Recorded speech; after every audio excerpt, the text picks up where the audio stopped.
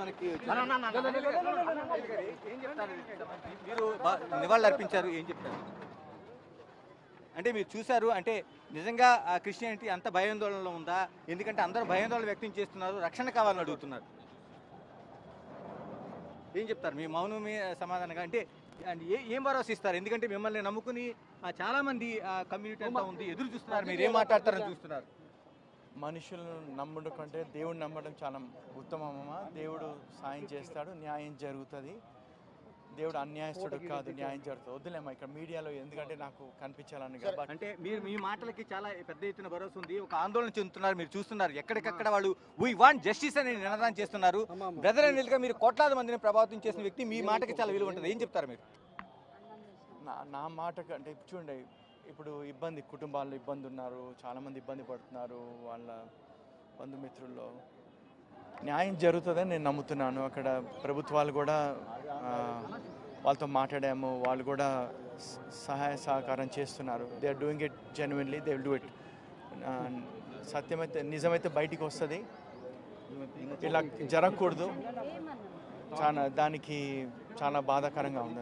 ఎలాంటి అనుమానాలు ఉన్నాయి? ఎందుకంటే షర్మిల కూడా ఇప్పటికే అనేక అనుమానాలు వ్యక్తం చేస్తున్నారు, సమగ్ర విచారణ జరగాలని డిమాండ్ చేస్తున్నారు. జరుగుతుంది, విచారణ జరుగుతుంది. We did everything. Thank you. Media also need to support for the truth to come out. Thank you for the media. ఇది మనకి బ్రదర్ అనిల్ స్పష్టంగా చెప్తున్నది. అంటే ఎక్కడైనా న్యాయం గెలుస్తుంది, ఆ న్యాయం వచ్చే వరకు ఎదురు చూడాలి. ఏదైతే అనుమానాలు ఉన్నాయో అనుమానాలు నివృత్తి చేసే వరకు దీనికి ఒక సమగ్ర విచారణ జరగాలని ఆయన డిమాండ్ చేస్తున్నారు. ఎందుకంటే దేవుడు గొప్పవాడు కాబట్టి ఆ దేవునికి సంబంధించిన ఇష్యూ నిజంగా ఖచ్చితంగా న్యాయం జరుగుతుంది, అందరూ కూడా ఎదురు చూడాలనేది ఆయన సమగ్ర సారాంశంగా బ్రదర్ అనిల్ చూస్తున్నారు. వచ్చి ఆయన నివాళులు అర్పించారు, ప్రవీణ్ పగడాలకి ఆయన నివాళులు అర్పించారు. అక్కడ మాటల్లో కూడా ఆయన అందరూ శాంతియుతంగా ఉండాలి, శాంతియుతంగా ఉండి అక్కడ న్యాయం ఏ విధంగా తేలుతుందో చూడాల్సిన అవసరం ఉందనేది బ్రదర్ అనిల్ చెప్తున్నారు. అంటే మరోవైపు మనకు కీలకంగా కనిపిస్తున్నది ఒకటి ఆ రెడ్ కార్ ఎక్కడనేది. ఎందుకంటే దాదాపుగా మనకి ఈ రెడ్ కార్ చుట్టే వాతావరణంతో తిరుగుతుంది. అందుకే కొవ్వూరులోన దాదాపుగా ఆయన టోల్ గేట్ నుంచి వచ్చిన తర్వాత రాత్రి 11:32 అక్కడి నుంచి ఆయన జర్నీ ప్రారంభమైతే ఏదైతే ప్రమాదం జరిగిన కొంతమూరు ఉందో కొంతమూరులోన ఆయన 11:42 కంటే ఆ 11 నిమిషాల వ్యవధిలో ఏం జరిగింది అనేది పోలీసులు పూర్తి స్థాయి విచారణ చేశారు. కొవ్వూరు టోల్ గేట్ దగ్గర ఆయన సీసీ ఫుటేజ్ పరిశీలించారు. అక్కడ నుంచి ఆయన బుల్లెట్ పైన ఒక సిగ్నల్ వేసుకుంటూ వస్తున్న నెమ్మదిగా వస్తున్న విజువల్స్ కనిపించి అక్కడ నుంచి ఆయన ఏదైతే ప్రమాదం జరిగిందంటే చెప్తున్నారో అనుమానాస్పద ప్రాంతంగా ఉందని చెప్తున్నారు. ఆ ప్రాంతం దగ్గర ఉండే విజువల్స్ చూస్తున్నారు. అక్కడ 5 కార్లు మూవ్ అయినట్టుగా, అంటే దాదాపు 2 కార్లు మిగతా వాహనాలు వెళ్ళినట్లుగా అక్కడ తూర్పుగోదావరి జిల్లా ఎస్పీ నరసింహ కిషోర్ ఆయన స్పష్టంగా మీడియాతో పాటు చెప్పారు. ఎందుకంటే అన్ని చోట్ల కూడా ఆయన దానికి సంబంధించిన ఫుటేజ్ని పరిశీలిస్తున్నామని చెప్పారు. అయితే ఈ ప్రమాదం అంటే పెట్రోల్ బంక్ దగ్గర ఉన్న రెండో దాంట్లో 11:42 తీసిన ఫుటేజ్లో ఆ వాహనం పక్కకు వెళ్ళిపోయినట్టుగా కనిపిస్తుంది.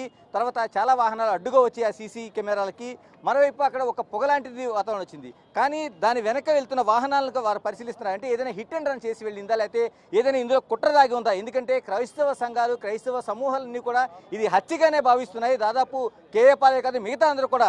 ఎందుకంటే ఒక మత ప్రబోధకుడిగా ఆయన ఒక చర్చి పాస్టరే కాదు, మత ప్రబోధకుడిగా అనేక మందిని ప్రభావితం చేసిన వ్యక్తి. యూట్యూబర్గా కాదు, అనేక యూట్యూబ్ ఛానల్స్లో కాదు, అనేక సంఘాలలో కూడా, అనేక సంస్థల ద్వారా కావచ్చు, మిగతా అనేక ప్రదేశాల్లో అనేక మందిని ప్రభావితం చేశాడు. క్రైస్తవ సంఘాలలోకి ఉండే ఆ ప్రభావితమైన వ్యక్తి కాబట్టి ఆయన మరణాన్ని వాళ్ళందరూ కూడా ఖచ్చితంగా ఇది గతంలో వచ్చిన హెచ్చరికలు కావచ్చు, మిగతా సంస్థలు చేసిన ఆయన పైన వీడియోలు కావచ్చు, ఇవన్నీ చూసిన తర్వాత ఆయనది ఖచ్చితంగా హత్యగానే మేము అనుకుంటున్నామని క్రైస్తవ సంఘాలు అందరూ కూడా ఒకే నినాదం చేస్తున్నాయి. వీ వాంట్ జస్టిస్ అనేది చెప్తున్నాయి. ఇప్పుడు పోలీసులు చేసిన దాంట్లో ప్రత్యేకంగా మనకు కనిపిస్తున్నది ఆ ఎరుపు వాహనం, అంటే రెండు వాహనాలు వెళ్ళాయి అంటున్నారు. అందులో రెడ్ వాహనం, అంటే రెడ్ కార్ అనేది వెళ్ళింది అనేది పోలీసులు గమనించారు.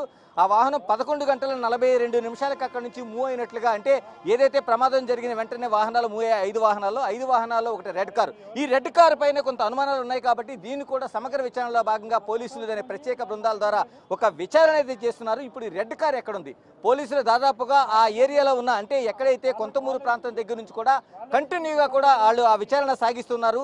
ఈ విచారణలో పూర్తిగా ఆయన 45 కిలోమీటర్ల దూరం, అంటే జగ్గంపేట నియోజకవర్గం, రాజమండ్రి పరిధి దాటిన తర్వాత కొంతమూరు దాటిన తర్వాత దాదాపు జగ్గంపేట నియోజకవర్గంలోని కిర్లంపూడి దగ్గర కృష్ణపురం అని ఉంది. ఈ కృష్ణాపురం దగ్గర ఉండే టోల్ గేట్ దగ్గర ఈ రెడ్ కార్ని గుర్తించారు. ఈ రెడ్ కార్ విజువల్స్ని గుర్తించిన తర్వాత ఇప్పుడు దీనిపైన విచారణ. ఈ రెడ్ కార్ ఎవరిది, ఎవరున్నారు ఇందులోనా, ఈ రెడ్ కార్లో ఉన్న వాళ్ళకి ఇక్కడ అదేమైనా ఉంది. ఎందుకంటే ఒక బుల్లెట్ని వెనక నుంచి ఢీ కొట్టినట్టు ఆనవాళ్ళు అయితే అంటే అక్కడ ఆ బుల్లెట్ పడిపోయిన తర్వాత ఒక ఆనవాళ్ళు కనిపిస్తున్నాయి. ఆ బంపర్కి సంబంధించిన కొంత డ్యామేజ్ జరిగినట్టుగా ఉంది. అంటే యాక్సిడెంట్ జరిగితే ముందు నుంచి జరగాలి కానీ వెనక నుంచి ఏమిటనేది ఒక ప్రశ్నలు తలెత్తున్నాయి. కాబట్టి పోలీసులు ఆ దిశగా కూడా సమగ్రంగా విచారణ చేస్తున్నారు.